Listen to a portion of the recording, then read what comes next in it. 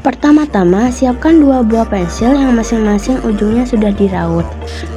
Kemudian, siapkan kardus dan buat dua lubang pada papan kardus. Lubangnya seukuran dengan diameter pensil. Selanjutnya, masukkan dua buah pensil tadi ke dalam lubang yang ada pada papan kardus. Selanjutnya, siapkan air dan masukkan garam.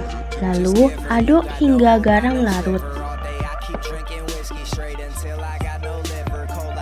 Kemudian, siapkan baterai 9 volt, siapkan kabel penjepit buaya.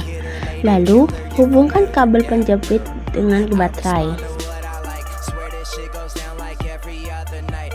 Selanjutnya, siapkan larutan garam yang tadi. Masukkan kedua buah pensil, kemudian hubungkan baterai 9 volt dengan grafit yang ada pada pensil menggunakan kabel yang saling terhubung dengan capit buaya. Hasilnya adalah terbentuk gelembung-gelembung pada ujung pensil.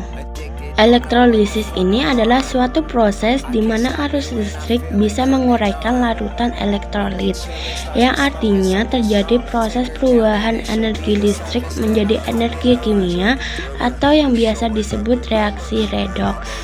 Pensil yang dihubungkan kabel berwarna merah bermuatan positif atau anoda, sedangkan yang berwarna hitam bermuatan negatif atau katoda.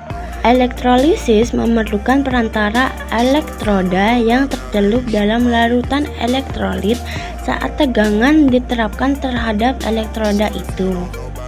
Arus listrik yang kita gunakan saat ini adalah baterai dan larutan elektrolit yaitu garam.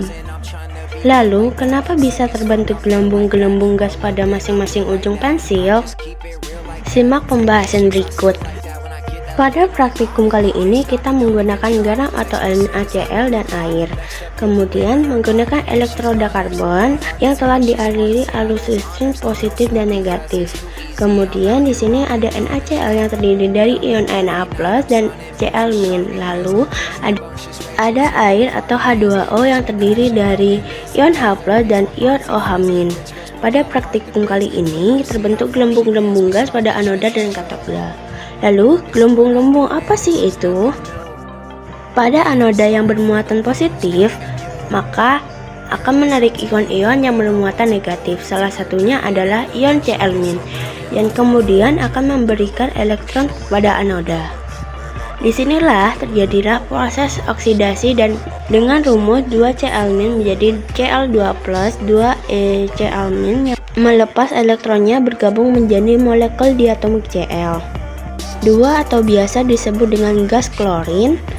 Tadi, gelembung-gelembung yang terbentuk pada anoda adalah gas klorin. Dan jika gelembung-gelembung gas tersebut ditampung dalam suatu tabung reaksi, maka akan terlihat bahwa warna dari gas klorin adalah hijau. Lalu pada katoda bermuatan negatif akan menarik ion-ion yang bermuatan positif untuk berkumpul di sekitarnya.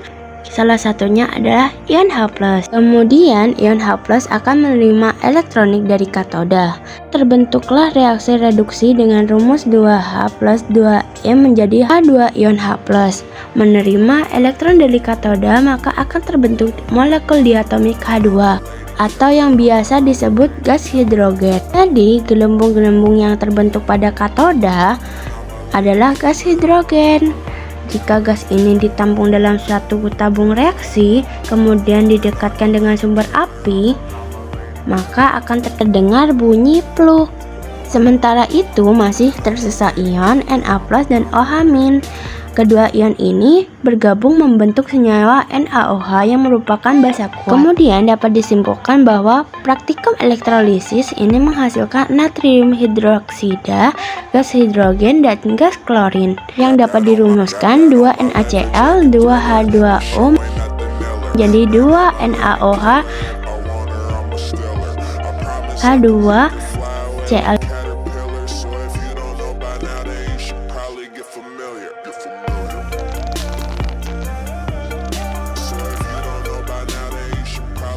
Jika kalian mencoba untuk mencium aroma larutan setelah praktikum, maka akan tercium aroma seperti kaporit.